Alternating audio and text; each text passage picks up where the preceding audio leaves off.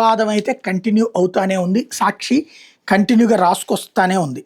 ఇందులో ప్రధానంగా ఏదైతే సర్టిఫికెట్ల పరిశీలన నుంచి ప్రతి అడుగులోనూ తేడా జరుగుతోంది అన్నటువంటిది. మెగా డిఎస్సి 2025లో తప్పులు జరిగాయని ఎందుకు ఇది మరో ఉదాహరణ. డిఎస్సి ప్రక్రియ ముగిగానే వాస్తవాలను దాచిపెట్టేందుకు వెబ్సైట్ నుంచి మొత్తం డేటా తొలగించిన అధికారులు తాజాగా డేటాను మళ్ళీ అప్లోడ్ చేశారు. శనివారం మీడియాతో సమావేశం నిర్వహణకు కొద్ది గంటల ముందు వివరాలను హడావిడిగా అప్లోడ్ చేసి అంతా సక్రమంగానే చేశామని చెప్పుకునేందుకు ప్రయత్నించారు. ఈసారి కొత్తగా ఎంపిక జాబితాలను సైతం అప్లోడ్ చేసి మళ్ళీ వాటిని తొలగించడం కోసమేర్పు. డిఎస్సిలో అక్రమాలను సాక్ష్యాధారాలతో సహా వెలుగులోకి తెస్తున్న విషయం తెలిసిందే. దీంతో జరిగిన అక్రమాలకు కప్పిపుచ్చుకునేందుకు ప్రభుత్వం విశ్వ ప్రయత్నం చేస్తోంది.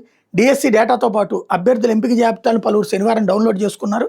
అయితే ఆదివారం రోజు తుది ఎంపిక జాబితాలను అధికారులు మళ్లీ తొలగించారు అన్నటువంటిది హైలైట్ చేశారు. అదే సందర్భంలో 1:1 నిష్పత్తి ప్రకారం జోన్ ఆఫ్ కన్సిడరేషన్ పోస్టు పరిధిలోకి వచ్చిన వాళ్ళని మాత్రమే కాల్ లెటర్ పంపి సర్టిఫికేట్ల పరిశీలన పిలిచినట్టు విద్యాశాఖ ఉన్నతాధికారులు చెప్తున్నారు. హారిజెంటల్ రిజర్వేషన్ ప్రకారం ఒక కేటగిరీలో 10 పోస్టులు ఉంటే అందులో 7 పోస్టులు మెరిట్ ద్వారా, 3 పోస్టులు హారిజెంటల్ ద్వారా women or sports or ex servicemen or PWD ప్రత్యేక అవసరాలు భర్తీ చేయాలని పేర్కొన్నారు. చిత్తూరు జిల్లాకు చెందిన బాధిత అభ్యర్థి ఏకాంబరం బీసీ-డి వివరాలను అధికారులు ఉదహరించారు.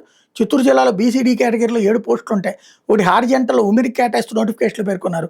భర్తీ ప్రక్రియలో 5 పోస్టులు మెరిట్ ప్రకారం 2 పోస్టులు హారిజెంటల్లో భర్తీ చేసినట్టు చెప్పారు. మెరిట్లో చివరి ర్యాంకర్ 114కి ఇచ్చామని, వాస్తవానికి 114వ ర్యాంక్ అభ్యర్థి ఎస్టీ అయిన బీసీ-డిలో చూపించారు. కానీ ఏకాంబరం ర్యాంకు 125 కాబట్టి అతనికి పోస్ట్ వచ్చే అవకాశం లేదని చెప్పారు. మెరిట్లో ఉమెన్ లేకపోతే హారిజెంటల్ ప్రకారం కింద ర్యాంక్ ఎంత ఉన్నా పైకి తెచ్చి భర్తీ చేయాలని పేర్కొన్నారు. వాస్తవానికి మెరిట్లో భర్తీ చేసిన 5 పోస్టులో చివరి అభ్యర్థి ఉమెన్, ఆమె ఓవరాల్ ర్యాంక్ 116. దీంతో హారిజెంటల్ పోస్టు భర్తీ అయిపోయింది. మిగిలిన 2 పోస్టులకు మెరిట్లో భర్తీ చేయాలి. 116 ర్యాంక్ అభ్యర్థి తర్వాత 6వ స్థానంతో 125 ర్యాంక్ సాధించిన ఏకాంబరం ఉన్నారు. అతనికి ఒక పోస్ట్ ఇస్తే మరో పోస్ట్ 133 ర్యాంకులో ఉన్న మరో అభ్యర్థికి బీసీ-డిలో 7వ ర్యాంక్ ఇవ్వాలి. చివరి 2 పోస్టుని పీహెచ్ అభ్యర్థులతో నింపారు. జిల్లాలో ఎస్సీ సోషల్కి 113 పోస్టులు ఉన్నాయి. వీటిని అన్ని కేటగిరీల అభ్యర్థులకి వర్టికల్ రిజర్వేషన్లో చూపించారు. అయితే sports, ex service men, PWD వాళ్ళకి వర్టికల్ రిజర్వేషన్లు కాకుండా హారిజెంటల్లో చూపించారు అన్నటువంటి వార్తని హైలైట్ చేసింది. అదే సందర్భంలో డిఎస్సి నియామక ప్రక్రియ రాష్ట్ర వ్యాప్తంగా నిరుద్యోగులు మండిపడుతున్నారు. ముఖ్యంగా క్రీడా కోటాలో రాత పరీక్ష అవసరం లేకుండా భర్తీ చేసిన టీచర్ పోస్టులో భారీ అవినీతి చోటు చేసుకుందని అభ్యర్థులు ఆరోపిస్తున్నారు.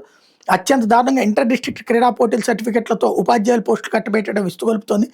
జాతీయ అంతర్జాతీయ స్థాయిలో రాణించిన క్రీడాకారులకు మొండి చేయి చూపించి కేవలం ఒక జిల్లా క్రీడలో ప్రాతినిధ్యం వహించిన వాళ్ళకి సర్టిఫికెట్లను ప్రాధాన్యం ఇవ్వడం డిఎస్సి క్రీడా కోటా పోస్టుల భర్తీలో పారదర్శకతను పాతరేస్తోంది. ముఖ్య నేత బంధు మాస్టర్ మైండ్ అవినీతి వ్యూహంలో భాగంగానే పోస్టుల భర్తీలో ప్రాధాన్యతలు మారిపోయినట్టు అభ్యర్థులు పేర్కొంటున్నారు అన్నటువంటిది హైలైట్ చేశారు.